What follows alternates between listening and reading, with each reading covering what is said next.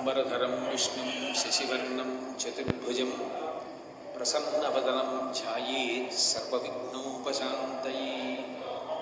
పరమోత్కృష్టమైనటువంటి క్షేత్రాల్లో ఈ కాణిపాక క్షేత్రం ఒకటి. భగవంతుని యొక్క దేవాలయాలు ఎన్నో ఉన్నప్పటికీ వాటిలో స్వయంభూ క్షేత్రానికి చాలా విశేషమైన ప్రాధాన్యత ఉంటుంది. భగవంతుడు తనంత తానుగా వ్యక్తమైన క్షేత్రం ఏదో దానిని స్వయంభూ క్షేత్రము అంటారు. అట్లా భగవంతుడు తనంత తాను వ్యక్తం అయిన క్షేత్రాలతో పాటుగా దేవతల చేత ప్రతిష్ఠింపబడినవి, రాక్షసుల చేత ప్రతిష్ఠింపబడినవి, మనుష్యుల చేత ప్రతిష్ఠింపబడినవి, ప్రకృతి సిద్ధంగా ఏర్పడినటువంటివి కూడా భగవన్మూర్తులు ఉంటాయి. బుర్రా గుహల్లో చూస్తే పైనుంచి చుక్కా చుక్కా నీరు పడుతుంటే కింద నుంచి శివలింగం కొద్ది కొద్దిగా పెరుగుతూ సూర్యుడు తాగుతుంది. యొక్క స్వరూపం ఎక్కడ చెప్పినా కరుణామయుడు. ఆయన యొక్క ప్రధానమైన లక్షణం దయ. విఘ్నేశ్వరుణ్ణి పొద్దున్నే ఒక్కసారి చూసి నమస్కారం చేస్తే చాలు. అది లోకంలో ఎక్కడా లేని విశేషం. ఒక్కసారి ఆయన ముఖం వంక చూసి నమస్కారం చేసి 16 నామములు ఉన్న శ్లోకం చెప్పి బయటికి వెడితే చాలు, విజయం సిద్ధిస్తుంది అని. రెండవది ఆయన యొక్క అపారమైన కరుణ. ఇంకా అంతా ఇంత కరుణ కాదు విఘ్నేశ్వరుడిది. ఆయన క్షమించినంత తొందరగా ఎవ్వరూ క్షమించరు. మీరు చూడండి, అందరికన్నా ఎక్కువగా మరిచిపోయే లక్షణం ఎవరికి ఉంటుంది అంటే పిల్లల యందు ఉంటుంది. మీరు పిల్లలు అనేటప్పటికీ ఒక విషయం జ్ఞాపకానికి తెచ్చుకోవచ్చు. పెద్దవాళ్ళు ఏదైనా తింటున్నారనుకోండి, ఎవరో పెద్దలు వచ్చారు ఇంటికి, ఇంట్లో భోజనమో పలహారమో చేస్తున్న పెద్ద ఆయన ఆ పళ్ళెం పట్టుకునో లేకపోతే చేతిలో ఏ ఉండ్రాయో కుడుమో పట్టుకుని తింటూ వీధిలోకి వెళ్ళి స్వాగతం పలకడం, ఆ పళ్ళెం లోపల పెట్టి తాను పెడతాడు. విఘ్నేశ్వరుడు ఒక్కడు మాత్రం చేతిలో కుడుము పట్టుకుని తిరుగుతూ ఉంటాడు. అంటే పిల్లవాడి లక్షణం. పిల్లవాడు చూడండి, తాతగారు ఎవరో పెద్దవాళ్లతో మాట్లాడుతుంటే వచ్చి తాతగారు తాతగారు అని విసిగిస్తాడు. తాతగారు కాసేపు పక్కకి పో అని విసుక్కుంటే కోపం వచ్చి పక్కకి వెళ్ళిపోయి తాతగారు నన్ను దెబ్బలాడారని మనసులో పెట్టుకుని బాధపడతాడు, ఏడుస్తాడు. వాళ్ళు వెళ్ళిపోగానే తాతగారు పిలిచి ఇవరే ఇదిగో ఈ పండు తిను అంటే మళ్ళీ పరిగెత్తుకుంటూ వచ్చేసి తాత తాత తాత అంటూ ఒళ్ళోకి ఎక్కి కూర్చుని తాతతో కబుర్లు చెప్తాడు. అంటే ఆయన మనసుకి కలిగినటువంటి కష్టాన్ని చాలా తొందరగా ఒక బాలుడు ఎలా మరిచిపోతాడో అలా మరిచిపోయి క్షమించగలిగినటువంటి గుణం, అనుగ్రహించగలిగిన గుణం విఘ్నేశ్వరుని యందు ఉంది. అందుకని ఆయన బాలరూపంతో ఎప్పుడు చేతిలో కుడుము పట్టుకుని తిరుగుతూ ఉంటాడు. అది కారణం. బాలగణపతి అని ఎప్పటికీ ఆయన పరమశివుని యొక్క పెద్ద కుమారుడు. తమిళ దేశంలో పిళ్ళయార్ పిళ్ళయార్ అంటుంటారు. అంటే పెద్ద కొడుకు పెద్ద కొడుకు. ఎప్పటికీ అలా పెద్ద కొడుకు ఒక పిల్లవాడిగా ఉండిపోవడానికి కారణం ఏమిటంటే ఆయన యొక్క క్షమాగుణం. ఇది రెండవ లక్షణం. ఇక మూడవ లక్షణం ఏమిటి అంటే విఘ్నేశ్వరుణ్ణి స్మరించినంత మాత్రము చేత విఘ్నము తొలగిపోతుంది.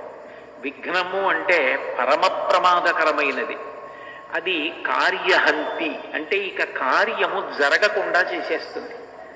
ఏదో కష్టపడితే కార్యం జరగడం కాదు, అసలు ఇక ఆ కార్యం జరగదు, అర్ధంతరంగా ఆగిపోతుంది. అట్లా కార్యం ఆగిపోయింది అంటే విఘ్నేశ్వరుని యొక్క అనుగ్రహం లేదు అని గుర్తు. అందుచేత విఘ్నమును తొలగించి కార్యము జరిగేటట్లు చెయ్యగలిగిన వాడెవరు అంటే విఘ్నేశ్వరుడు. విచిత్రమైన విషయం ఏమిటంటే ఇంత గొప్ప అనుగ్రహం ఇవ్వగలిగినటువంటి విఘ్నేశ్వరుడు కేవలముగా తనకేదో పెద్ద ఉపకారం చేస్తే, చాలా గొప్ప పూజ చేస్తే అనుగ్రహించడం కాదు, పరమ తేలికగా అనుగ్రహిస్తాడు. ఎంత తేలికగా అనుగ్రహిస్తాడు అంటే 4 గరికపోచలు తీసుకొచ్చి ఆయన పాదముల మీద సమర్పించినంత మాత్రం చేత ఆయన ప్రసన్నుడైపోతాడు. అందుకే ఎక్కడా లేని రీతిలో ఈ గరికతోటి విఘ్నేశ్వరుడికి పూజ, అంటే ఆయన యొక్క సౌలభ్యాన్ని ఆ పూజ తెలియచేస్తుంది. అటువంటి విఘ్నేశ్వరుడి పూజ మీరు గమనిస్తే మీకు ఒక విచిత్రం కనపడుతుంది. శ్రీరామ నవమి ఉందనుకోండి, చైత్రమాసంలో శుక్లపక్షంలో వచ్చే నవమి శ్రీరామ నవమి. కృష్ణాష్టమి ఉందనుకోండి, శ్రావణ మాసంలో కృష్ణపక్షంలో అష్టమి నాడు వచ్చేటటువంటిది కృష్ణాష్టమి. మాస శివరాత్రి ఉందనుకోండి, ప్రతి నెల కృష్ణపక్షంలో వచ్చే చతుర్దశి మాస శివరాత్రి. శుక్లపక్షంలోనైనా వస్తుంది, కృష్ణపక్షంలోనైనా వస్తుంది. పౌర్ణమి అమ్మవారికి అత్యంత పూజకి యోగ్యమైనటువంటి తిథి. అది నెలలో ఒక్కమారు వస్తుంది. కానీ విఘ్నేశ్వరుడికి సంబంధించినటువంటి పూజ శుక్లపక్షంలోనూ కృష్ణపక్షంలోనూ 2 సార్లు వస్తుంది. శుక్లపక్షంలో వచ్చేటటువంటి 4వ తిథి ఏదైతే ఉందో ఆ చతుర్థి విఘ్నేశ్వరుడి యొక్క పూజకి ఉద్దేశింపబడింది. వరసిద్ధి వినాయక వ్రతకల్పము అని భాద్రపద మాసంలో శుక్లపక్షంలో చతుర్థి తిథి నాడు చేస్తారు. మళ్ళీ సంకటహర చతుర్థి అని కృష్ణపక్షంలో వచ్చేటటువంటి చతుర్థి అంటే 4వ తిథి నాడు చేస్తారు. విచిత్రం ఏమిటంటే శుక్లపక్షంలో వచ్చే 4వ తిథి నాడు విఘ్నేశ్వరుడికి వ్రతం, కృష్ణపక్షంలో వచ్చేటటువంటి 4వ తిథి నాడు కూడా విఘ్నేశ్వరుడికి వ్రతం. ఈ 2 కూడా విఘ్నేశ్వర సంబంధమైన వ్రతాలే. ఇంకా విచిత్రమైన విషయం ఏమిటంటే ఈ 2 వ్రతాలని నిర్ణయించినటువంటి వాడు కూడా విఘ్నేశ్వరుడే. ఇవి ఇట్లా జరగాలి, ఈ కల్పం ఇట్లా ఉండాలి, ఇటువంటి కథ చెప్పుకోవాలి అని దానికి నిర్ణయం చేసినటువంటి వాడు కూడా విఘ్నేశ్వరుడే. నిజానికి సంకటం అనేటటువంటి మాట ఊహ చేయడానికే పరమ భయంకరమైనది. జీవితంలో ఏ కారణం చేత కూడా రాకూడని కష్టం ఏది అంటే సంకటం. సంకటము అన్న మాటకు అర్థం ఏమిటంటే ఇరుకైన దాని యందు చిక్కుకొని పోవుట. మీకు బాగా అర్థమయ్యేటట్టు చెప్పాలి అంటే ఎవరో ఒక వ్యక్తి నడుస్తుండగా ఆయన నడుస్తున్న చోట ఉన్నటువంటి రాయి అపభ్రంశమై ఆయన పడిపోయాడు. ఆ పడిపోయినప్పుడు ఏమైపోయింది అంటే 2 పెద్ద పెద్ద బండరాళ్ల మధ్యలోకి దిగిపోయాడు. ఇప్పుడు ఆయన బండరాళ్ళు తొలగించలేడు, ఆయన పైకి రాలేడు. ఎవరైనా పట్టుకుని పైకి లాగుదామన్నా జారిపోవడం అయితే జారిపోయాడు, కానీ ఆయన ఆ ఇరుకులోంచి పైకి రాలేడు. బలవంతంగా లాగే ప్రయత్నం చేశారనుకోండి ముక్క ఊడిపోతాడంతే తప్ప ఆయన్ని పైకి లాగలేరు. ఇప్పుడు ఆయన 2 బండరాళ్ల మధ్యలో ఇరుక్కుపోయి పైకి రాలేక ఆ ఇరుకులో ఉండిపోతే ఆయన ఎంత భయాన్ని పొందేస్తాడో. అక్కడ ఇరుక్కుపోయిన వాడు ఇక పైకి రాలేను, నా ప్రయత్నం సరిపోదు, బయట ఉన్నవాళ్ళు కూడా నన్ను తీయడం సాధ్యం కాదు, అటువంటి విచిత్రమైన పరిస్థితుల్లో నేను ఈ ప్రమాదంలో ఇరుక్కుపోయాను, ఇక నేను బయటికి రాలేను అన్నప్పుడు ఆ వ్యక్తి ఎంత కష్టంలో ఉంటాడో అంతటి కష్టం కలగడాన్ని సంకటము అని పిలుస్తారు. అటువంటి సంకటాన్ని కూడా తీయగలిగిన వాడు ఎవరు అంటే విఘ్నేశ్వరుడు. మీరు అందుకే కొంచెం జాగ్రత్తగా పరిశీలిస్తే కాలంలో భాద్రపద మాసంలో వస్తుంది విఘ్నేశ్వరుని యొక్క ఈ చతుర్థి. కారణం ఏమిటంటే మీరు చూడండి, శ్రావణ మాసం వర్షాలు నభోమాసం అంటారు. నల్లటి మబ్బులు ఆకాశంలో బాగా కిందకి దిగి వచ్చేస్తాయి, వచ్చేసి చీకటిగా ఉండి విశేషంగా వర్షం పడుతుంది. భాద్రపద మాసం వచ్చేటప్పటికీ అంతకు ముందు శ్రావణ మాసంలో వర్షాలు పడిపోయిన కారణం చేత తీగలు డొంకలు అన్నీ పెరిగిపోతాయి. అరణ్యంలో ముందు శాకాహారం తినే ప్రాణులు బాగా తింటే తప్ప మాంసాహారం తినే ప్రాణులకు ఆహారం దొరకదు. ముందు ఒక కుందేలో లేడో జింకో కడుపు నిండా తిందనుకోండి, అప్పుడు మాంసాహారం తినే పెద్ద పులి సింహం లాంటివి ఆ లేడినో జింకనో తింటాయి. అది తినాలంటే అరణ్యంలో స్వేచ్ఛగా తిరగాలి. తిరగడానికి తీగలు మొక్కలు డొంకలు అడ్డొచ్చేస్తాయి. అప్పుడు దాన్ని తొలగించేది ఎవరు అంటే మొట్టమొదట ఏనుగు నడుస్తుంది. ఏనుగు కేవలం నడిచి వెళ్ళిపోతుంది. ఏనుగు యొక్క శరీరమే దానికి గొప్ప ఉపకరణం. అది నడిచి వెళ్ళిపోతుంటే తీగలు అవి అన్నీ తెగిపోతాయి. దాని తొండంతో అది అడ్డొచ్చిన వాటన్నింటినీ తొలగతోసుకుంటూ కాళ్ళతో తొక్కుతూ వెళ్ళిపోతుంది. ఏనుగు వెళ్ళిపోయిందనుకోండి మార్గం వచ్చేస్తుంది. ఆ మార్గంలో లేళ్ళు జింకలు వెళ్ళిపోతాయి. నాయకుడు అన్న మాటకు అర్థం ఏమిటంటే ముందు నుండి నడిపించగలిగినటువంటి వాణ్ణి నాయకుడు అంటారు. నయన నాయక, నయనం అంటే కన్ను, ఇది ముందు పనిచేస్తుంది, దూరంగా ఉన్నదాన్ని కూడా చూస్తుంది. మనసు దాని యందు అనురక్తమవుతుంది.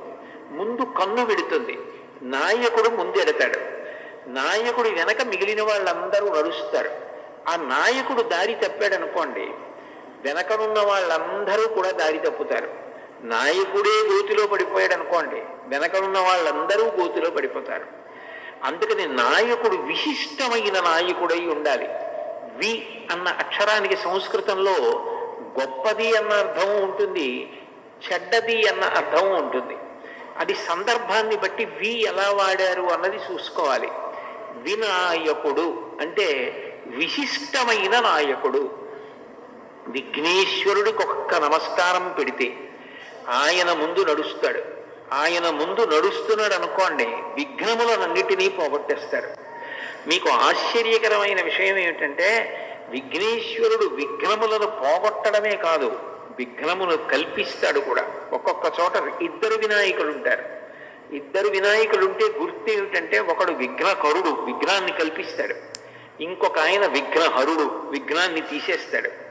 విఘ్నం ఎందుకు కల్పిస్తాడు అంటే, ఒకడు అత్యంత ప్రమాదకరమైన పని ఏదో చేయబోతున్నాడు అనుకోండి, వాడు సమాజానికి అంతటికీ కూడా ప్రమాదము జరిగేటటువంటి పని సమాజం మీద అక్కసుతో చేయడానికి సిద్ధపడుతున్నాడు.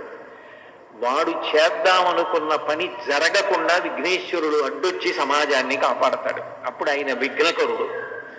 అంటే చెడు చేసే వాళ్ళకి విఘ్నం కల్పించి చెడు జరగకుండా చేసి సమాజాన్ని కాపాడతాడు. మంచి చేసే వాళ్ళకి విఘ్నం అడ్డు రాకుండా చూసి విఘ్నాన్ని తొలగించి కాపాడతాడు. అందుకని విఘ్నకరుడు, విఘ్నహరుడు అని ఇద్దరు వినాయకులు ఒకే దేవాలయంలో కనపడితే అది గుర్తు. అటువంటి విఘ్నేశ్వరుడు సంకటహర వినాయకుడు. అంటే ఆయన సంకటంలో పడిపోయి జీవితంలో ఇక పైకి రాలేకపోయినటువంటి అత్యంత ఇరుకైన ప్రదేశంలో చిక్కుకుపోయిన వాణ్ణి కూడా, అంత కష్టంలో పడిపోయిన వాణ్ణి కూడా పైకెత్తుతాడు. నిజంగా చెప్పాలి అంటే జీవితంలో సంకటహర చతుర్థి అనేటటువంటిది చేసుకుని తీరాలి. సంకటహర చతుర్థి వ్రతం ఒక్కసారైనా చెయ్యాలి. నేనైతే ఏం చెప్తానంటే, వ్యక్తిగతంగా సాధ్యమైనంత వరకు సంకటహర చతుర్థి వ్రతాన్ని ప్రతివారు సంవత్సరంలో ఒకసారైనా చేసుకోవడం అలవాటు చేసుకోవాలి. నేను ఎందుకు ఈ మాట అంటున్నానంటే, వేదవ్యాసుడు దేవీ భాగవతం చేస్తూ ఒక మాట అంటాడు, కాలో హి బలవాన్ కర్త సతతం సుఖదుఃఖయోహో నరాణాం పరతంత్రాణం పుణ్య పాపానుయోగతః. భగవంతుడు మనకొక సుఖాన్ని ఇస్తే మన పుణ్యాన్ని అడ్డుపెట్టిస్తాడు. మనకి దుఃఖాన్ని ఇస్తే మనం చేసిన పాపాన్ని అడ్డుపెట్టిస్తాడు. నేను చేసిన పుణ్యమేదో నాకేం తెలుసు, నేను చేసిన పాపమేదో నాకేం తెలుసు, అనుభవంలోకి వచ్చేశాక తెలుస్తుంది. అది అనుభవంలోకి వచ్చేసి సంకటం ఏర్పడిపోయిన తరువాత పరుగులు తీసే కన్నా అటువంటి సంకట స్థితి రాకుండా ముందే సంకటహర చతుర్థి వ్రతాన్ని చేసుకున్నారనుకోండి, శాస్త్రం మీద నమ్మకం ఉండడమే శ్రద్ధ అని పిలువబడుతుంది. దాని వలన వచ్చే ఇబ్బంది ఏముంది? పెద్దలు చెప్పారు, శాస్త్రాలు చెప్పాయి, పురాణాలు చెప్పాయి, ఆ సంకటహర చతుర్థి వ్రతం చేసుకుంటున్నాం. ఈ సంకటహర చతుర్థి వ్రతం అనేటటువంటిది పరమ ప్రఖ్యాతి వహించింది. మనకి సంకటం కలగకుండా ఉండడం కోసం తాను సంకటమునందు కృష్ణ పరమాత్మ ఇరుక్కుని చతుర్థి వ్రతాన్ని చేసి, ఆ వ్రతం చేసిన కారణం చేత సంకటం నుంచి ఎలా పైకి రావచ్చో లోకానికి నిరూపించాడు. విశేషం ఏమిటంటే, ఇందులో మేనమామ మేనల్లుడి యొక్క పాత్ర గొప్పది. మేనమామ కృష్ణ పరమాత్మ. ఎందుకనంటే పార్వతీదేవి యొక్క సోదరుడు కదూ నారాయణ నారాయణి. నారాయణుని చెల్లెలు నారాయణి పార్వతీదేవి. పార్వతీదేవి పెద్ద కుమారుడు విఘ్నేశ్వరుడు. కాబట్టి మేనమామ ఎవరు? నారాయణ కృష్ణ పరమాత్మ. పరిపూర్ణావతారం. పరిపూర్ణావతారం అంటే అన్ని అవతారముల తేజస్సు ఆయనలోకి వెళ్ళిపోతుంది. అంతటి పరిపూర్ణావతారమైన కృష్ణావతారం సంకట స్థితిలో పడినటువంటి స్థితి నుండి బయటికి వచ్చినటువంటి విధానమేదో అదే సంకటహర చతుర్థి. అయితే విశేషం ఏమిటంటే, సంకటహర చతుర్థి కానీ, శుక్లపక్షంలో భాద్రపద మాసం వరసిద్ధి వినాయక వ్రతం కానీ విఘ్నేశ్వరుడే ప్రవేశపెట్టి ఉండడం. నిజానికి పరాశర మహర్షి కృతమైనటువంటి విష్ణు పురాణంలో ఉన్న ఒక శ్లోకాన్ని చదువుకున్నా చాలు అని విఘ్నేశ్వరుడు ఆనతి ఇచ్చాడు. కారణం ఏమిటంటే, నిజానికి శమంతకోపాఖ్యానం అనేటటువంటి కథ జ్ఞాపకం పెట్టుకోవడం చాలా చాలా కష్టమైనటువంటి కథ. అది మీరు ఒకసారి విన్నారనుకోండి, మీకు బాగా జ్ఞాపకం ఉండిపోయిందనుకోండి, చాలా సంతోషకరమైన విషయం. కానీ అంత తేలికగా జ్ఞాపకం ఉండిపోవడం సాధ్యం కాదు. కొంచెం మలుపులు అట్లా తిరిగిపోతుంది. అందుకని విఘ్నేశ్వరుడు ఎంత దయామయుడంటే, మీరు ఈ కథంతా యథాతథంగా చెప్పుకోలేకపోతే ఒక్క శ్లోకాన్ని చదవండి చాలు, మీరు శమంతకోపాఖ్యానం చెప్పుకున్నట్లుగా నేను అనుగ్రహిస్తాను అన్నాడు. ఇప్పుడు నేను ఆ శమంతకోపాఖ్యానము వలన ఈ భాద్రపద శుక్లపక్షంలో వచ్చే చతుర్థి వ్రతం ఎలా వచ్చింది, కృష్ణపక్షంలో వచ్చేటటువంటి చతుర్థి సంకటహర చతుర్థి ఎలా వచ్చింది అన్న విషయాల గురించి మాట్లాడడానికి ప్రయత్నం చేస్తాను. పూర్వం యదువంశంలో నిఘ్నుడు అని ఒక మహారాజు గారు ఉండేవారు. ఆయనకి 2 కుమారులు, సత్రాజిత్తు, ప్రసేనుడు. ఆ సత్రాజిత్తు సూర్య భగవానుణ్ణి ఆరాధన చేశాడు. ఆరాధన చేసినప్పుడు సూర్య భగవానుడు ప్రత్యక్షమయ్యాడు. ప్రత్యక్షంగా కంటికి కనపడేటటువంటి పరబ్రహ్మస్వరూపం సూర్య భగవానుడు. సృష్టికర్త, స్థితికర్త, ప్రళయకర్త ముగ్గురు కలిసిపోయి ఒక వెలుగుల ముద్ద అయిపోయి కనపడితే ఈ కంటితో చూడడానికి వీలైనటువంటి పరబ్రహ్మస్వరూపం సూర్య భగవానుడు. అందుకే తిక్కన గారు భారతంలో నీరజాకరములు నిష్ఠయై చేసిన భవ్యతపంబు ఫలమనంగా దినసముఖాకి నందిత చక్రయుగ్మకంబులయనురాగంపు బ్రూవనంగా హరి హర బ్రహ్మ మహానుభావంబులొక్కటింకాగరగిన గట్టి అనగా అతుల వేదత్రయ లతికాచయము పెనుగొందన్ పుట్టెడు మూల కందమనగా అఖిల జగముల కందర ఎగుచు జన సమాజ కరపుట హృదయ సరోజములకు ముకుళనంబును జృంభణంబును నచ్చి భానుబింబంబు పూర్వాద్రిపై విలింగి అంటారు. హరి హర బ్రహ్మ మహానుభావంబులొక్కటింకాగరగిన గట్టి అనగా సృష్టికర్త, స్థితికర్త, ప్రళయకర్త ముగ్గురు కలిసి పరబ్రహ్మముగా ఈ కంటితో చూడడానికి వీలైన కాంతిపుంజంగా ఆకాశంలో ప్రకాశిస్తే అదే సూర్యనారాయణమూర్తి. ఆ సూర్యుణ్ణి ఉపాసన చేశాడు సత్రాజిత్తు.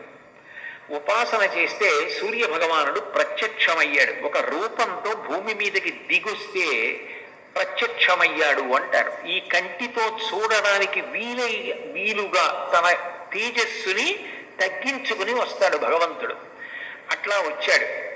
వస్తే స్తుతి చేసినటువంటి సత్రాజిత్తు సూర్యనారాయణమూర్తి యొక్క మెడలో ఉన్నటువంటి శమంతకమణిని అడిగాడు.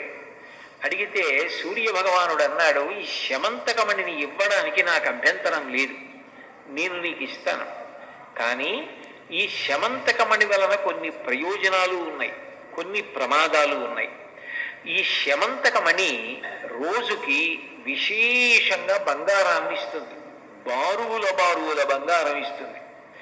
అంత బంగారం ఒక వ్యక్తి దగ్గర పెరిగిపోతే లోకకంటకుడవుతాడు. అంటే లోకమంతా కూడా ఆయన్ని నిందిస్తుంది, అంత డబ్బుందని, అసూయ చేత. అది ఒకటో ప్రమాదం. రెండవది, ఈ శమంతకమణి ఎవరు మెడలో వేసుకున్నారో వారు ఎప్పుడూ బాహ్యమునందు ఆంతరమునందు శౌచంతో ఉండాలి. అంటే మూత్ర విసర్జన చేసిన, శరీరంలోంచి ఏదైనా మలం బయటికి వెళ్ళినా వెంటనే కాళ్ళు చేతులు కడుక్కుని ఆచమనం చేయాలి, స్నానం చేయాలి. లోపల దుర్మార్గమైన ఆలోచనలు రాకూడదు.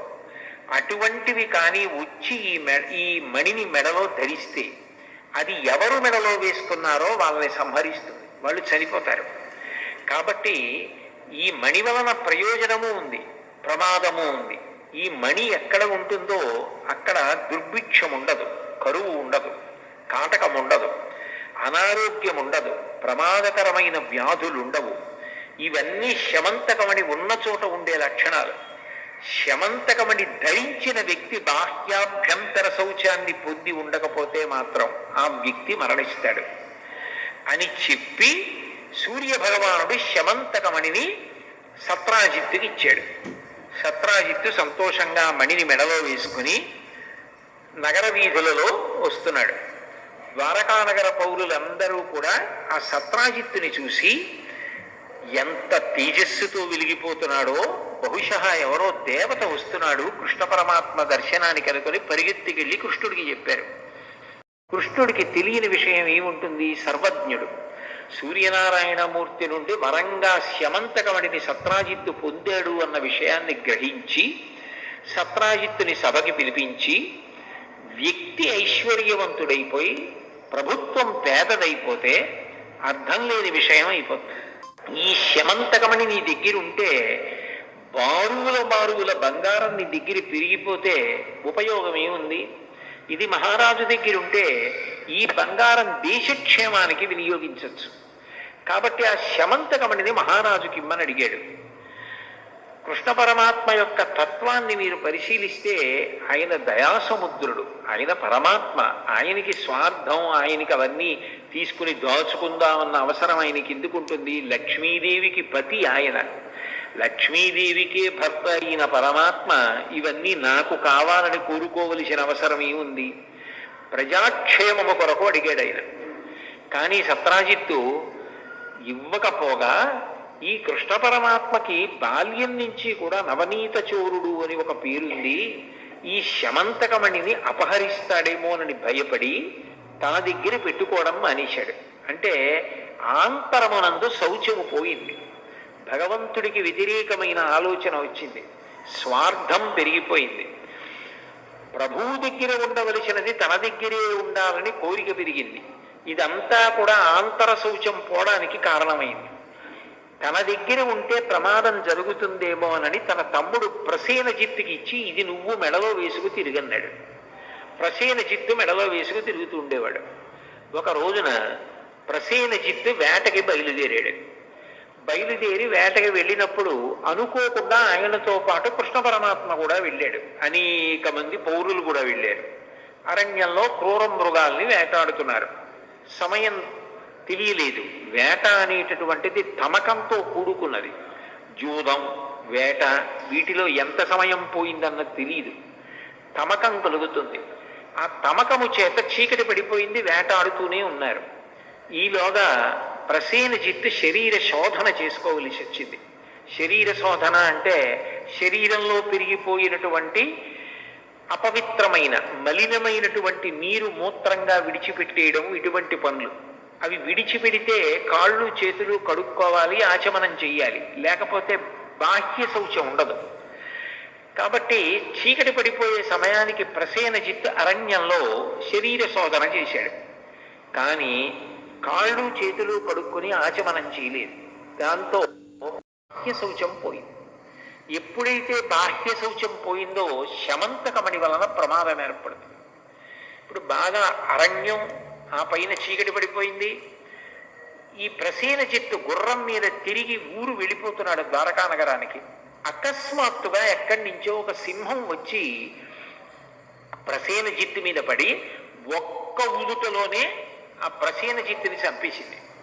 చంపేసి ఆయన శరీరాన్ని కొంత తినేసింది, గుర్రాన్ని కొంత తినేసింది. అంత చీకటిలో కూడా వెలిగిపోతున్నటువంటి ఆ శమంతకమణిని ఆశ్చర్యంతో చూసి తినడానికి పనికి రాకపోయినా నోట కరుచుకుని పట్టుకుపోయింది. దానికి ఎందుకో పనికిరాదు, కానీ అంత ఆకర్షణీయంగా ఉంది ఆ శమంతకమణి. అంత చీకట్లో కూడా వెలిగిపోతోంది, ఇదేమిటో అని నోట కరుచుకుని పోయింది. చీకటి పడిపోయింది, ప్రసేనజిత్తు కనపడలేదు, అందరూ ఇంటికి వెళ్ళిపోయారు. వెంటనే సత్రాజిత్ అన్నాడు, ఈ శమంతకమణిని కృష్ణ పరమాత్మ అడిగాడు, నేను ఇవ్వనన్నాను. ఈయనకి బాల్యం నుంచి నవనీత చౌర్యం అవి అలవాటున్నాయి, నేను ఇవ్వలేదని చీకటి పడిన తరువాత బహుశः ఈయనే నా తమ్ముడి దగ్గర శమంతకమణిని అపహరించి ఉంటాడు అన్నాడు. అనేటప్పటికి అపవాదు వచ్చింది కృష్ణ పరమాత్మని. లోకం ఎలా ఉంటుందంటే, ఇవాళ పొగిడితే అందరూ పొగుడుతారు. ఎవడో ఏదో ఆధారం లేకుండా ఓ మాట అన్నాడు అనుకోండి, పూర్వాపరాలు విచారించకుండా అందరూ రాళ్ళు విసురుతారు. అది లోకానికి ఉండేటటువంటి లక్షణం. అందరూ కృష్ణ పరమాత్మ దొంగ దొంగ ప్రసేనజిత్తు దగ్గర శమంతకమణిని అపహరించాడన్నారు. ఆయన వచ్చిన అపనింద పోగొట్టుకోవడానికి మరునాడు అరణ్యంలోకి వెళ్ళాడు. వెళ్ళి వెతికితే ఒక చోట ప్రసేనజిత్తు యొక్క కళేబరం శవం కనపడింది. అప్పటికే దాన్ని కొంత భాగం సింహం తినేసింది, గుర్రాన్ని తినేసింది. శమంతకమణి కనపడలేదు.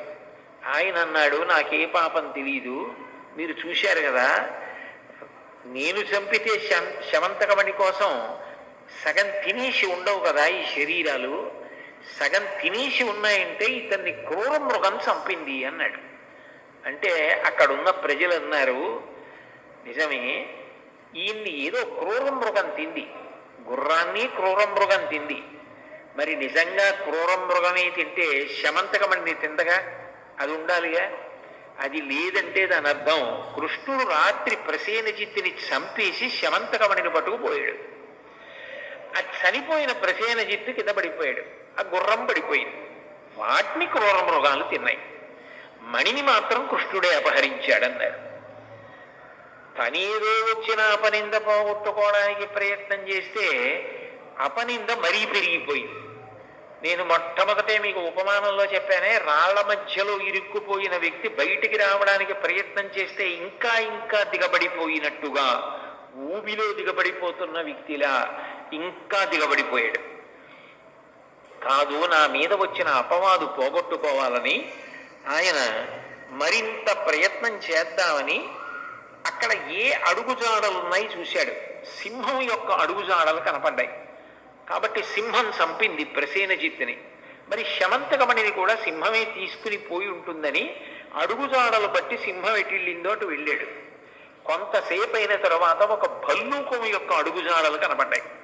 సింహము భల్లూకము పెనుగులాడినట్టుగా అర్థమైంది.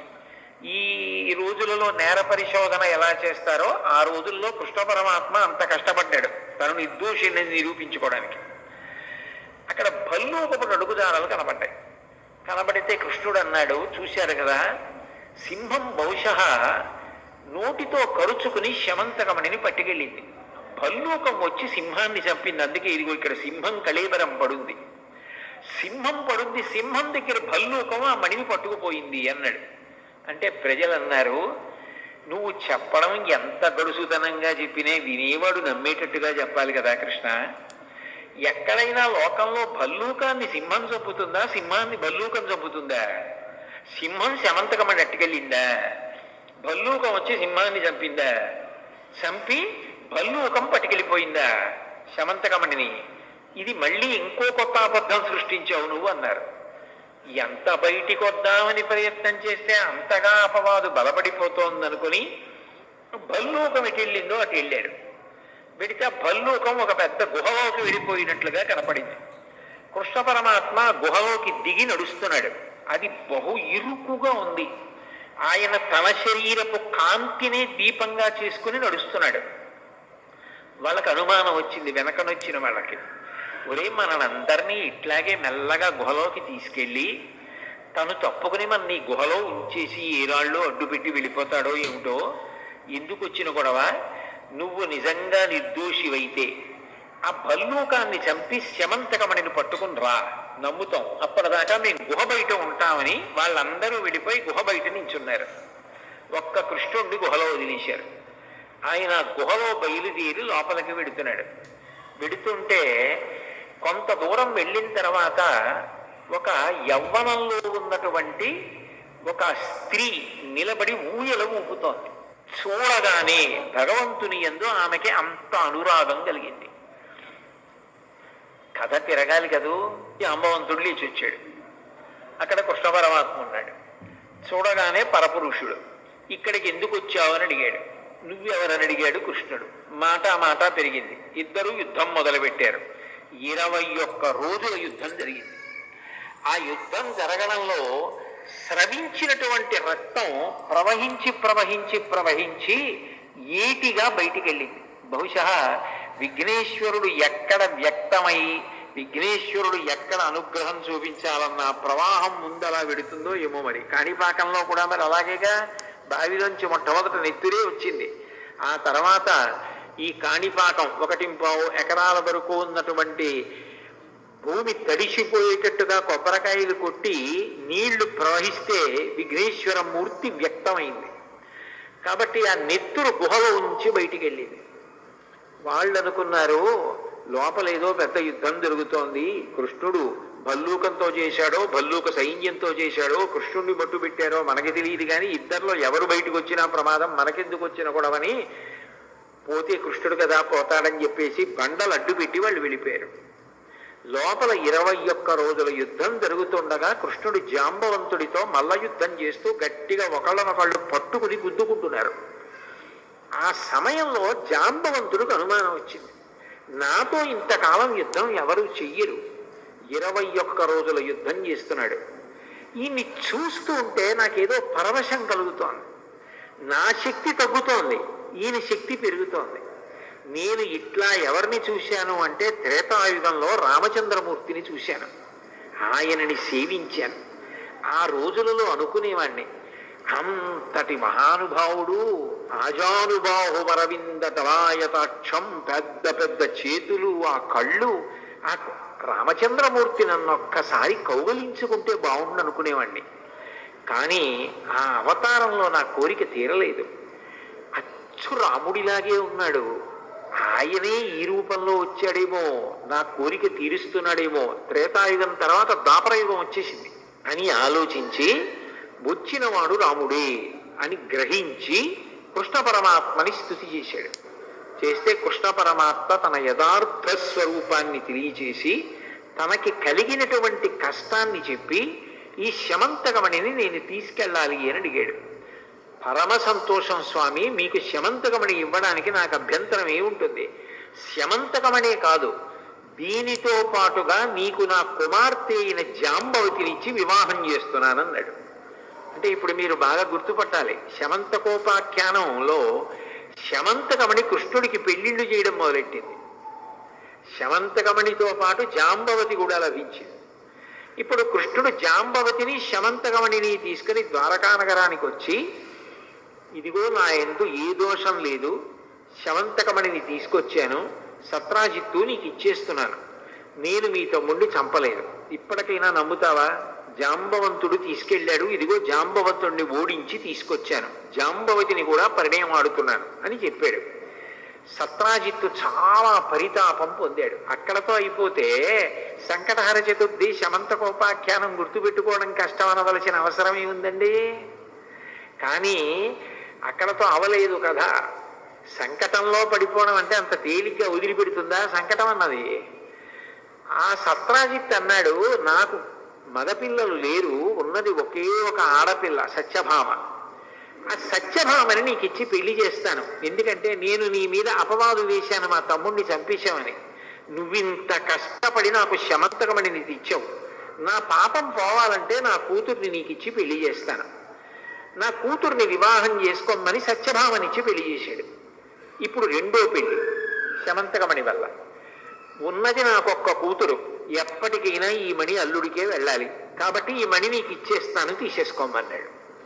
తీసేసుకోమంటే కృష్ణ పరమాత్మ అన్నాడు, ఇప్పటికే దాన్ని అడిగినందుకే నా మీద అపవాదులు వచ్చాయి, నువ్వు నాకు కోరి కోరి ఇచ్చినా దాని వలన ఏ ఇబ్బంది వస్తుందో నీ దగ్గరే పెట్టుకో, తర్వాత చూద్దాం, నీకేమైనా అయిపోతే అప్పుడు చూద్దాం, నీ దగ్గర ఉంచమన్నాడు. సత్రాజిత్తు దగ్గర ఉంచుకున్నాడు. అక్కడ వరకు కథ బాగుంది కదా, కొంతవరకు గుర్తుపెట్టుకోవచ్చు. కానీ ఇబ్బంది ఎక్కడ వచ్చిందంటే, ఆ కాలంలో అక్రూరుడు, కృతవర్మ, శతధన్వుడు అని ముగ్గురు ఉండేవారు. అక్రూరుడు మహాభక్తుడు, మీరు అక్రూరుడు గురించి వినుంటారు. కంస సంహారానికి భాగవతంలో బలరామకృష్ణుల్ని తీసుకెళ్ళింది అక్రూరుడి, అంతటి మహాభక్తుడు అక్రూరుడు. అటువంటి అక్రూరుడు, కృతవర్మ, శతధన్వుడు, వీళ్ళు ముగ్గురు సత్రాజిత్తుని సత్యభామనిచ్చి పెళ్లి చెయ్యమని అడుగుతూ ఉండేవాడు. అడిగితే సత్రాజిత్ అనేవాడు, ఇంకా నిర్ణయించుకోలేదు, మీ ముగ్గురులో ఎవరికో ఒకళ్ళకి ఇచ్చి వివాహం చేస్తానంటూ ఉండేవాడు. అకస్మాత్తుగా ఈ సంఘటన జరిగి ఎప్పుడైతే శమంతకమణిని కృష్ణ పరమాత్మ తీసుకొచ్చి ఇచ్చేశాడో, అంత కష్టపడ్డాడో అపవాదు నుంచి బయటపడడానికి, బాధపడినటువంటి సత్రాజిత్తు సత్యభామని కృష్ణ పరమాత్మకిచ్చి వివాహం చేశాడు. దాంతో వాళ్ళ ముగ్గురికి కోపం బయలుదేరి, మాకిస్తానన్న సత్యభామని ఇవ్వకుండా కృష్ణుడికి ఇచ్చాడు అని. అవకాశం కోసం ఎదురు చూస్తున్నారు. ఒకానొకప్పుడు పాండవుల్ని లక్క ఇంట్లో పెట్టి కాల్చేశారు అని చెప్పి వాళ్ళు దగ్ధమైపోయారని వార్త బయలుదేరింది. ఆయనకి తెలియదా కృష్ణ పరమాత్మకి వాళ్ళు బ్రతికి ఉన్నారని తెలుసు. కానీ ధృతరాష్ట్రుణ్ణి ఏదో సేద తీర్చడానికి పరామర్శించడానికి వెళ్ళినట్టుగా హస్తినాపురానికి వెళ్ళాడు. ఇదే అవకాశం, కృష్ణుడు లేడు ఊళ్ళో. ఇప్పుడే సత్రాజిత్తు మీద ప్రతీకారం తీర్చుకోవాలని అక్రూరుడు, కృతవర్మ, శతధన్వుడు ముగ్గురు సత్రాజిత్తు ఇంట్లోకి ప్రవేశించి ఆ శమంతకమణిని అపహరించారు. అపహరించిన తర్వాత ఈ శతధన్వుడు అన్నాయని ఇంకొంచెం దూరం వెళ్ళి ఆ సత్రాజిత్తుని సంహరించేశాడు. చంపేసి ముగ్గురు కలిసి పారిపోతున్నారు. భక్తి అన్నది ఒక్కొక్కసారి ఉద్ధాన పతనానికి లోనవుతూ ఉంటుంది. అప్పుడప్పుడు కష్టం వచ్చినప్పుడు ఏమిటి దేవుణ్ణి పట్టుకున్నాను నాకేమొచ్చిందని ఆ భక్తి పోతూ ఉంటుంది, మళ్ళీ నిలబడుతూ ఉంటుంది. అక్రూరుడు తప్పు మనకి ఎందుకు ఈ పనులు, అసలు ఎందుకు ఇట్లాంటి పని చేశాను, కృష్ణ పరమాత్మకి సత్యభామ దక్కితే నేను ఎందుకు అసూయ పడాలని బాధపడ్డాడు. శతధన్వుడు తొందరపడి మరి సత్రాజిత్తుని కూడా చంపేశాడు. ఈలోగా మళ్ళీ కృష్ణుడు వచ్చేస్తున్నాడని కబురు అందింది. మామగారు చనిపోయాడని కబురు వెళ్ళింది కృష్ణుడికి. వెనక్కి వస్తున్నాడు.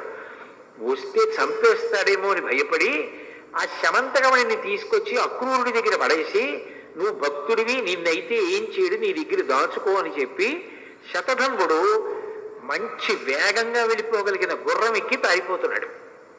కృష్ణుడు రానే వచ్చాడు. సత్రాజిత్తుని ఎవరు చంపారని భోగట్టా చేశాడు. చేస్తే శతధన్వుడు చంపేశాడని తెలిసింది. వెళ్ళి అన్నగారు బలరాముణ్ణి కూడా రథం మీద ఎక్కించుకుని ఆ శతధన్వుణ్ణి వెంబడించాడు. ఆయన గుర్రం మీద వెళ్ళి వెళ్ళి వెళ్ళి పారిపోతుంటే గుర్రం బడలిపోయి పడిపోయి మరణించింది. ఈ శతధన్వుడు వెనక కృష్ణుడు వచ్చేస్తున్నాడన్న భయంతో పరిగెత్తుకుంటూ చెట్ల మధ్య నుంచి వెళ్ళిపోతున్నాడు. రథం ఎలా వెడుతుంది, మనిషి వెళ్ళినట్టుగా రథం వెళ్ళలేదుగా చెట్ల మధ్య. అందుకని కృష్ణుడు అన్నాడు రథం దిగి, అన్నయ్య నువ్వు రథంలో కూర్చో, నేను వెళ్ళి శతధన్వుణ్ణి శిక్ష వేసి ఆ శమంతకమణిని తీసుకొస్తానని చెప్పి అన్నగారిని బలరాముడి రథంలో కూర్చోబెట్టి తాను పరిగెత్తుకుంటూ వెళ్ళి శతధన్వుణ్ణి పట్టుకుంటే శతధన్వుడితో యుద్ధం జరగడంలో శతధన్వుణ్ణి సంహరించి ఒళ్ళంతా వెతికాడు. శమంతకమణి కనపడలేదు. ఆయన అక్రూరుడి దగ్గర పెట్టేశాడు. అక్రూరుడు ఇంతటి మహానుభావుడు కృష్ణ పరమాత్మకి ముఖం ఎలా చూపిస్తానని ఆ ఊళ్ళో ఉండకుండా కాశీ వెళ్ళిపోయాడు. అది అక్రూరుడి దగ్గర ఉందని, అక్రూరుడు కాశీ వెళ్ళిపోయాడని ఎవ్వరికీ తెలియదు. కృతవర్మ దేశాలు పట్టిపోయాడు. అసలు ఆ శమంతకమణి ఎక్కడుందో ఎవరికీ తెలియదు. శతధన్వుడి దగ్గర దొరకలేదు. కృష్ణ పరమాత్మ తిరిగి వచ్చి రథంలో కూర్చున్న బలరాముడితో చెప్పాడు, అన్నయ్య ఆ శతధన్వుడిని సంహరించాను, ఒళ్ళంతా వెతికాను, కానీ ఎక్కడా శమంతకమణి లేదన్నయ్యా అన్నాడు. అంటే బలరాముడు అన్నాడు, నువ్వు చిన్నప్పటి నుంచి నవనీత చౌర్యం అవి నీకు అలవాటే, ఆ శమంతకమణి తీసుకొస్తే అన్నదమ్ములం కాబట్టి మన ఇద్దరికీ చెందుతుంది, బంగారం రోజు ఇద్దరం సగం సగం తీసుకోవలసి ఉంటుంది, మీ మామగారు సత్రాజిత్ కదా నీకిచ్చాడు, అందుకని చెప్పి నాకెందుకు ఇవ్వాలన్న ఉద్దేశ్యంతో శమంతకమణి దొరకలేదని అబద్ధం చెప్పేస్తున్నావు, చిన్నతనం నుంచే నీ లీలలు ఇంతే, నేను నీతో కలిసి ఉండనని చెప్పి ఆయన రథం దిగిపోయి మిథిలా నగరానికి వెళ్ళిపోయాడు. ఇదెక్కడి ప్రారంభం రా, ఈ శమంతకమణితో అనుకుని కృష్ణ పరమాత్మ అంతఃపురానికి దిగాలుబడి సత్యభామకి అనుమానం బయలుదేరింది, జాంబవతికి అనుమానం బయలుదేరింది. వాళ్ళకెందుకు అనుమానం అంటే సత్యభామ అనుకుంది, ఇది యథార్థానికి మా నాన్నగారు ఇచ్చారు అల్లుడికి, కానీ అంతకన్నా ముందు నిజానికి ఎవరిచ్చారు, జాంబవంతుడిచ్చాడు ప్రసేనుణ్ణి చంపి సింహం తీసుకుపోతుంటే. ఇప్పుడు ఆ శమంతకమణి కృష్ణుడి దగ్గర ఉంటే సత్రాజిత్ ఇచ్చాడన్న పేరు వస్తుందేమో, సత్యభామ వెలిగిపోతుంది అన్న ఉద్దేశ్యంతో జాంబవతి మీద ప్రేమతో అది ఎక్కడో దాచేశాడు కృష్ణుడు. దాచేసి పోయిందని చెప్పేస్తున్నాడు. జాంబవతికి ప్రీతి చేయడం కోసమని మా నాన్నగారిచ్చారన్న మాట రాకుండా ఉండడం కోసం కనపట్టలేదని చెప్తున్నాడని సత్యభామ అనుకుంది. నిజానికి మా నాన్నగారు కదా సింహాన్ని చంపి తీసుకొచ్చి కృష్ణుడికి ఇచ్చింది, కానీ సత్రాజిత్తు మీద ప్రేమతో సత్యభామ మీద ప్రేమతో మా నాన్నగారి పేరు మాటుకెళ్ళిపోయేటట్టుగా చేయడానికి మణి కనపట్టలేదని చెప్పేస్తున్నారు ఆయన అని జాంబవతి అనుకుంది. ఇటు భార్య జాంబవతి అనుమానించింది, అటు భార్య సత్యభామ అనుమానించింది. ఇటు అన్నగారు ఊరు వదిలిపెట్టి వెళ్ళిపోయాడు. ఊళ్ళో పౌరులందరూ మళ్ళీ మనం అనుకున్నాం కానీ కన్ను అలాగే ఉంది కృష్ణుడికి ఆ శమంతకమణి మీద, పట్టుకొచ్చినట్టే పట్టుకొచ్చి మళ్ళీ దాన్ని ఆయనే ఎత్తుకుపోయాడు అని మళ్ళీ వదంతి బయలుదేరి. అసలు ఇందులోంచి బయటికి ఎట్లా రావాలి? ఇది బయటికి రావాలంటే శమంతకమణి ఎక్కడుందో తెలియాలి. శమంతకమణి అక్రూరుడి దగ్గర ఉంది, అక్రూరుడు పట్టుకుపోయాడని ఊహించడానికి అవకాశమే లేదు. ఎందుకంటే ఆయన మహాభక్తుడు, ఆయన ఎత్తుకుపోయాడని ఎవరు అనుకోరు, ఆయన పట్టుకుపోయాడు. ఇప్పుడు ఈ కథకి ముగింపు ఎలా? ఈ సంకటం ఏమిటి నాకు? ఇందులోంచి అసలు ఈ ఇరుకులోంచి బయటికి ఎలా రావాలి? అన్నయ్య ఎప్పటికొస్తాడు? బయటికి వెడితే ఎవరు చూసినా నన్ను నింద చేసేవాళ్లే. అంటే సంకటం అన్నది వస్తే ఎంత భయంకరంగా ఉంటుందో, అన్నం తిననివ్వదు, నీళ్లు తాగనివ్వదు, పడుకోనివ్వదు, తనవారు కూడా తనని అనుమానిస్తారు. అది ఎంత భయంకరంగా ఉంటుందో మనం అనుభవిస్తే తట్టుకోలేమని దయాళు అయినటువంటి కృష్ణ పరమాత్మ అనుభవించి చూపించాడు మనకి. అప్పుడు ఆయన ఆలోచన చేస్తూ బాధతో కూర్చున్నాడు అంతఃపురంలో. ఎలా నేను ఈ సంకటం నుంచి బయటికి వస్తాను, ఎలా పోతుంది నాకు ఈ అపవాదని. అసలు ఇంతకీ ఈ కథలో ఇప్పటి వరకు మీకు ఎక్కడైనా వినాయకుడు కానీ చంద్రుడు కానీ కనపడ్డా? ఇప్పటి వరకు కనపడరు. శమంతకోపాఖ్యానం అదో పెద్ద చలనచిత్రం. శమంతకోపాఖ్యానం చిత్రం ఏంటంటే, అప్పుడు నారద మహర్షి వచ్చారు. వచ్చి, కృష్ణ నువ్వు బెంగ పెట్టుకోకు, నువ్వు ఏ రోజున ప్రసేన జిత్తుతో కలిసి వేటకి వెళ్ళావో జ్ఞాపకం తెచ్చుకో అన్నారు. ఆయన బాగా జ్ఞాపకం తెచ్చుకొని గుర్తొచ్చింది, భాద్రపద మాసంలో శుక్లపక్షంలో చతుర్థి తిథి నాడు వెళ్ళాను. అదే నీ కొంప ముంచేసింది. ఆ రోజు చీకటి పడిన తరువాత నువ్వు ప్రసేనుడితో పాటుగా తిరిగి వస్తున్నప్పుడు తల ఎత్తి చంద్రబింబాన్ని చూశావు. చంద్రబింబాన్ని చూసిన కారణం చేత నీకు అపనిందలు రావాలి. అందుకని అపనిందలన్నీ వచ్చాయి. అందుకని ఇంత సంకటంలో పడిపోయావు. అంటే ఏమీ తెలియని వాడిలా కృష్ణుడు అన్నాడు, చవితినాడు చంద్రుణ్ణి చూస్తే అపనిందలు ఎందుకు వస్తాయి అని అడిగాడు. అడిగితే దానికొక కథ ఉందని కథలో కథ. అప్పుడు నారదుడు చెప్పాడు, భాద్రపద శుక్ల చతుర్థి నాడు వినాయక స్వామి వారి యొక్క ఆవిర్భావం, వరసిద్ధి వినాయకుడు అంటారు. మీరు చూడండి, వర శబ్దం వేశారనుకోండి, ఇక ఇది అది అని లేదు, ఏదైనా అని దాని లక్షణం. శ్రేష్టమైన, అధికమైన అని. చూడండి, శ్రీ సూక్తం చిట్ట చివరిలో లక్ష్మీదేవి అనుగ్రహాన్ని చెప్తుంది మంత్రం. 6 లక్ష్ముల్ని చెప్తుంది వేదం. సిద్ధలక్ష్మీర్ మోక్షలక్ష్మీర్ జయలక్ష్మీ సరస్వతి శ్రీలక్ష్మీర్ వరలక్ష్మీశ్చ ప్రసన్నా మమ సర్వదా అంటుంది. 6వది వరలక్ష్మి. వర అంటే శ్రేష్టమైన, ఇక అది ఇది అని లేదు, ఏదైనా ఇవ్వగలిగిన స్వరూపం. అదే శ్రావణ మాసంలో చేసేటటువంటి వరలక్ష్మి వ్రతం. అటువంటి వరసిద్ధి వినాయక, ఏదైనా ఇవ్వగలిగినటువంటి గొప్ప శక్తివంతుడుగా విఘ్నేశ్వరుడు ఆవిర్భవించాడు. అలా ఇవ్వాలంటే ఏం చేయాలి? మనలో తప్పులు చూడడం మొదలెట్టాడనుకోండి, ఇవ్వలేడు.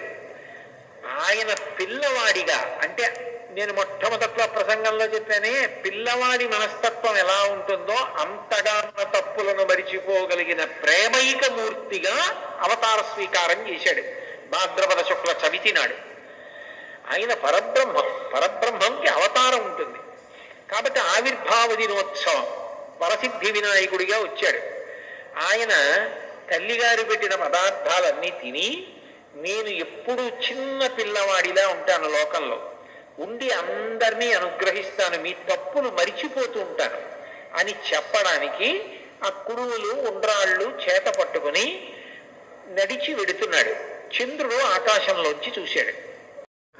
చూసి ఆయన అనుకున్నాడు, ఎంత వికారంగా ఉన్నాడు ఈ పిల్లాడు, ఏనుగు ముఖం, ఒకటే దంతం, పెద్ద బొజ్జ, పొట్టి కాళ్ళు, మరుగుజ్జు స్వరూపం అని అనుకుని పెద్ద నవ్వు నవ్వాడు. చంద్రుడికెందుకు విఘ్నేశ్వరుణ్ణి చూస్తే అంత నవ్వు వచ్చిందంటే, లోకంలో ఎవరైనా చాలా అందంగా ఉన్నారనుకోండి, వెంటనే చంద్రుడి లాంటి ముఖం ఉన్నవాళ్ళు అని వర్ణిస్తారు. చంద్రముఖి అని మనకి వర్ణన కనబడుతుంటే, నా ముఖము చంద్రము బింబము వలె ఉన్నది అని. చంద్రుడు అంటే అందగాడు అని లోకంలో ఒక ప్రఖ్యాతి. అయితే నిజానికి బాహ్యంగా చాలా అందంగా ఉంటాడేమో కానీ చంద్రుడు ఆయన ప్రవర్తన యందు దోషాలున్నాయి. దోషాలు ఉండబట్టే కదా కళలు పెరగడం మామగారి శాపం ఇచ్చాడు. అలాగే గురువు గారి విషయంలో కూడా దోషం ఉందని కదా చంద్రుడి గురించి లోకంలో ప్రఖ్యాతి. నడవడి విషయంలో అందరినీ అనుగ్రహించడంలో విఘ్నేశ్వరుడు గొప్పవాడు. కేవలంగా బాహ్యంలో అందంగా ఉండేవాడు చంద్రుడు. నిజానికి ప్రవర్తనలో అనుగ్రహించడంలో విఘ్నేశ్వరుడు ఎక్కడా, చంద్రుడు ఎక్కడా? పిల్లవాడి రూపంలో ఉండి నేను అందరినీ క్షమిస్తాను, నా విశాల హృదయం ఇటువంటిదని చెప్పడానికి వినాయకుడు పిల్లవాడిగా వెడుతుంటే ఆయన్ని చూసి పక నవ్వాడు. వెంటనే వినాయకుడు ఆలోచించి, ఓహో నీకు అందం ఎందుకు వచ్చింది? పరబ్రహ్మమైనటువంటి నేను అనుగ్రహించబట్టి. నీకు ఆ విషయం జ్ఞాపకం లేదు. నేను అందగాణ్ణి అన్న అహంకారంతో నన్ను చూసి వికటంగా నవ్వావు. మనిషికి ఏదైనా ఉండొచ్చు, అహంకారం స్వార్థం ఈ రెండు మనిషిని వృద్ధిలోకి రానివ్వవు. ప్రతిదానికి స్వార్థమే. ఎప్పుడూ ఒళ్ళు కందకూడదు, బట్ట నలగకూడదు, ఏ పని చేయకూడదు. అట్లా బ్రతికేద్దామని అనుకోవడం తప్పు కదా. ఒళ్ళు నలగాలి, చెమట పట్టాలి, సమాజం కోసం కష్టపడాలి, ఏదో ఒక పని చెయ్యాలి. ఏమీ చెయ్యకుండా కూర్చుంటానంటే దాని వలన ఎలా శ్రేయస్సు కలుగుతుంది? అది మంచి పద్ధతి కానే కాదు. కాబట్టి నీకు అహంకారం కలిగింది, స్వార్థం ఉన్నది, ఈ రెండు నీకున్నాయి. కాబట్టి దీనికి విరుగుడు నీకు శాపం ఇస్తున్నాను. అందరూ నిన్ను చూసి అబ్బా చంద్రబింబం అంటారని కదా నీకు అహంకారం. ఇవాళ నుంచి నిన్ను ఎవరైనా చూస్తే లోకంలో వాళ్ళకి అపనిందలు వస్తాయి అని శపించాడు విఘ్నేశ్వరుడు. వెంటనే లోకంలో ఉన్న వాళ్ళందరూ ఈ వార్త తెలిసింది. చంద్రబింబం కనబడింది అనుకోండి, భాద్రపద శుక్ల చవితి నాడు కాదు, ఎప్పుడైనా సరే చంద్రబింబం కనబడింది అనుకోండి అపవాదులు వస్తాయి. అయ్య బాబోయ్ అని చీకటి పడేటప్పటికీ చంద్రుణ్ణి చూడడం మానేశారు. అందరూ ఉత్తరీయాలు అడ్డు పెట్టుకుని ఈ చంద్రుడు ఒకడు ఆకాశంలో కనపడతాడో ఏమిటో బాబాయ్ అపవాదులు వస్తాయని నింద చేయడం మొదలెట్టారు. లోకానికి పోకడది. చీకటి పడకముందే పని పూర్తి చేసుకోండి, బయటికి వెడితే ఆయనోడు ఆకాశంలో అండం మొదలెట్టారు. అందరూ తనని నింద చేస్తుంటే తనని చూసేటప్పటికి పొంగిపోయిన వాళ్ళు అందరూ నింద చేస్తుంటే తట్టుకోలేక చంద్రుడు పాల సముద్రంలోకి వెళ్ళిపోయాడు. మళ్ళీ చంద్రుడు పాల సముద్రంలోకి వెళ్ళిపోతే లోకానికి ఇబ్బంది ఏమిటి అంటే ఓషధీతత్వం పోయింది. చంద్రుడిలోంచి అమృతం స్రవిస్తూ ఉంటుంది. ఆ పాతాళ నభస్థలాంత భువన బ్రహ్మాండమా విస్ఫుర జ్యోతిస్ఫాటికలింగమౌళి విలసత్పూర్ణేందువంతామృతై అస్తోకాప్లుతమేకమీశమనిశం రుద్రాను వాకాన్ జపం ధ్యాయే దీప్సిత సిద్ధయే ధ్రువపదం విప్రోభిషించేచ్చివం బ్రహ్మాండ వ్యాప్త దేహాభసిత హిమరుచాభాసమానాభుజంగై కంఠే కాళాః కపత్తాః కలిత శిశలాశ్చండ కోదండహస్తాః త్రక్షా రుద్రాక్షమాలా సరళిత వపుషశాంభవామూర్తి వేదాః రుద్రాశ్రీ రుద్రసూక్త ప్రకటిత విభవాన ప్రయచ్చస్తు సౌఖ్యం అంటారు కదా. రుద్రాధ్యాయంలో శివలింగానికి అభిషేకం చేసే ముందు ప్రార్థన అది. ఆ చంద్రుడిలోంచి అమృతం పడుతూ ఉంటుంది, ఆయన కిరణములలోంచి అమృతం స్రవిస్తుంది. అది గింజల మీద పడింది అనుకోండి, పంట పండినప్పుడు ఎన్నేళ్లు దాచినా మళ్ళీ మీరు ధాన్యం పట్టుకెళ్ళి భూమిలో జల్లితే అందులోంచి మొక్క వస్తుంది. ఒక్క మొక్క వస్తే కంకు వస్తే ఇంత ధాన్యం వస్తుంది. అమృతతత్వం పోయిందనుకోండి, ఇక మళ్ళీ ఆ గింజ వేస్తే మొక్క రాదు. చంద్రకిరణములు లేకపోతే అమృతత్వం ఉండదు, ఓషధులు ఉండవు. ఓషధీతత్వం లేకపోతే అన్నం ఎలా దొరుకుతుంది? మళ్ళీ మళ్ళీ పంట ఎలా పండుతుంది? లోకం గగ్గోలు పెట్టి బ్రహ్మగారి దగ్గరికి వెళ్ళింది. ఏ ఇబ్బంది వచ్చినా దేవతలు కానీ మనుష్యులు కానీ బ్రహ్మగారి దగ్గరికి వెళ్తారు. అందరూ కలిసి బ్రహ్మగారి దగ్గరికి వెళ్ళారు. వెడితే బ్రహ్మగారు అన్నారు, ఇది విఘ్నేశ్వర శాపం చంద్రుడికి. ఆయన విఘ్నేశ్వరుణ్ణి చూసి వికటంగా నవ్వాడు. అహంకారంతో స్వార్థంతో శపించాడు విఘ్నేశ్వరుడు. నిన్ను చూస్తే అపనిందలు వస్తాయని. ఆయన తీయాలి ఆ శాపం, ఆయన పరబ్రహ్మం, నేను తీయకూడదు. కాబట్టి మీరు విఘ్నేశ్వరుడి దగ్గరికి వెళ్ళండి అన్నాడు. దేవతలు మనుష్యులు అందరూ విఘ్నేశ్వరుడి దగ్గరికి వెళ్ళి ప్రార్థన చేశారు. ప్రార్థన చేస్తే దయాళువు కదూ, అందుకని వెంటనే విఘ్నేశ్వరుడు అన్నాడు, అయితే నా శాపాన్ని నేను బాగా తగ్గించేస్తున్నాను. ఒక్క భాద్రపద మాసంలో వచ్చినటువంటి శుక్లపక్ష చవితి నాడు నన్ను చూసి చంద్రుడు నవ్వాడు కాబట్టి ఆ ఒక్క రోజు చంద్రుణ్ణి చూడకూడదు. ఆ ఒక్క రోజు చంద్రుణ్ణి చూస్తే మాత్రం అపవాదులు సంకట స్థితి ఏర్పడి తీరుతుంది. మిగిలిన రోజుల్లో చంద్రుణ్ణి చూసినా పర్వాలేదు అనేటప్పటికీ ఈ వార్త పట్టుకెళ్ళి పాలసముద్రంలో చంద్రుడికి చెప్పారు. అమ్మయ్యా, విఘ్నేశ్వరుడు నాకు శాపాన్ని విముక్తి చేశాడు, ఇంకెప్పుడు నా జన్మలో అహంకారం జోలికి పోను, స్వార్థం జోలికి పోను, ఎందుకు పనికొస్తుంది వాక్యంలో అందం, విఘ్నేశ్వరుడిలా ఉండాలి మనిషి అని తెలుసుకుని చంద్రుడు చెంపలేసుకుని బయట వచ్చాడు. విఘ్నేశ్వరుడు ఎంత దయాళు అంటే ఆయన చంద్రుడు తప్పు తెలుసుకున్నాడని పొంగిపోయి నృత్యం చేశాడు. ఎవరైనా నృత్యం చేయడానికి వచ్చారనుకోండి, వాళ్ళు చాలా విపరీతమైన లావుగా పొట్టిగా ఉన్నారనుకోండి, వాళ్ళు నృత్యం చేస్తే నవ్వుతారు. నృత్యం చేయాలంటే ఏదో సన్నగా శరీరం దానికి సహకరించేటట్టుగా అందంగా ఉంటే నృత్యం చేస్తే బాగుంటుంది. అంతేగాని విఘ్నేశ్వరుడు నృత్యం చేయడం ఏమిటి అంటే, ఆయన అవతలవాడు తన తప్పు తెలుసుకుంటే సంతోషాన్ని పట్టలేకపోయాడు, పట్టలేక నృత్యం చేశాడు. చంద్రుడు వచ్చి క్షమాపణ అడిగాడని కాదు, చంద్రుడు తప్పు తెలుసుకున్నాడు చాలు. ఎవడి తప్పు వాడు తెలుసుకుంటే చాలు. నృత్యం చేస్తే నృత్య గణపతి స్వరూపం వచ్చింది. అప్పుడు చంద్రుడు వచ్చి మళ్ళీ ఆకాశంలోకి ఎక్కాడు. మళ్ళీ ఓషధీతత్వం వచ్చింది. మళ్ళీ వెనక్కి రండి. నారదుడు ఈ విషయం చెప్పి కృష్ణ పరమాత్మకే, కృష్ణ భాద్రపద శుక్ల చవితి నాడు నువ్వు ప్రసేనుడితో కలిసి వేటకి వెళ్ళి చీకటి పడ్డాక చంద్రబింబాన్ని చూశావు, అందుకని వచ్చింది ఈ సంకట స్థితి. ఇది పోవాలి అంటే నువ్వు కూడా మళ్ళీ విఘ్నేశ్వరుడి యొక్క వ్రతం చెయ్యాలి. మళ్ళీ నువ్వు కూడా భాద్రపద శుక్లపక్షంలో చవితి నాడు వచ్చేటటువంటి విఘ్నేశ్వరుడి యొక్క వ్రతం చేస్తే ఆయన యొక్క అనుగ్రహానికి పాత్రుడవైతే నీకు వచ్చినటువంటి అపనింద తొలగిపోతుంది. లేకపోతే నిన్ను ఈ అపనింద ఇట్లాగే వెంటాడుతుంటుంది, ఈ సంకట స్థితి నీకు ఇట్లాగే కొనసాగుతుంది. అంటే కృష్ణ పరమాత్మ అంతటి వాడు భాద్రపద మాసంలో శుక్లపక్షంలో వచ్చేటటువంటి చవితి నాడు వినాయకుడిని ప్రార్థన చేస్తే ఈ వ్రతాన్ని ఇట్లా చెయ్యమని చెప్పిన వాడు విఘ్నేశ్వరుడే. నువ్వు ఎలా పూజ చేశావో అట్లా పూజ చేసి నువ్వు కష్టంలోంచి బయటకు రావడానికి ఎంత కష్టపడ్డావో ఇతివృత్తమైనటువంటి ఈ శమంతకోపాఖ్యానం కథంతా చెప్పుకుని అక్షతలు వేసుకుంటే నన్ను చూసినా కూడా ఇబ్బంది రాదన్న.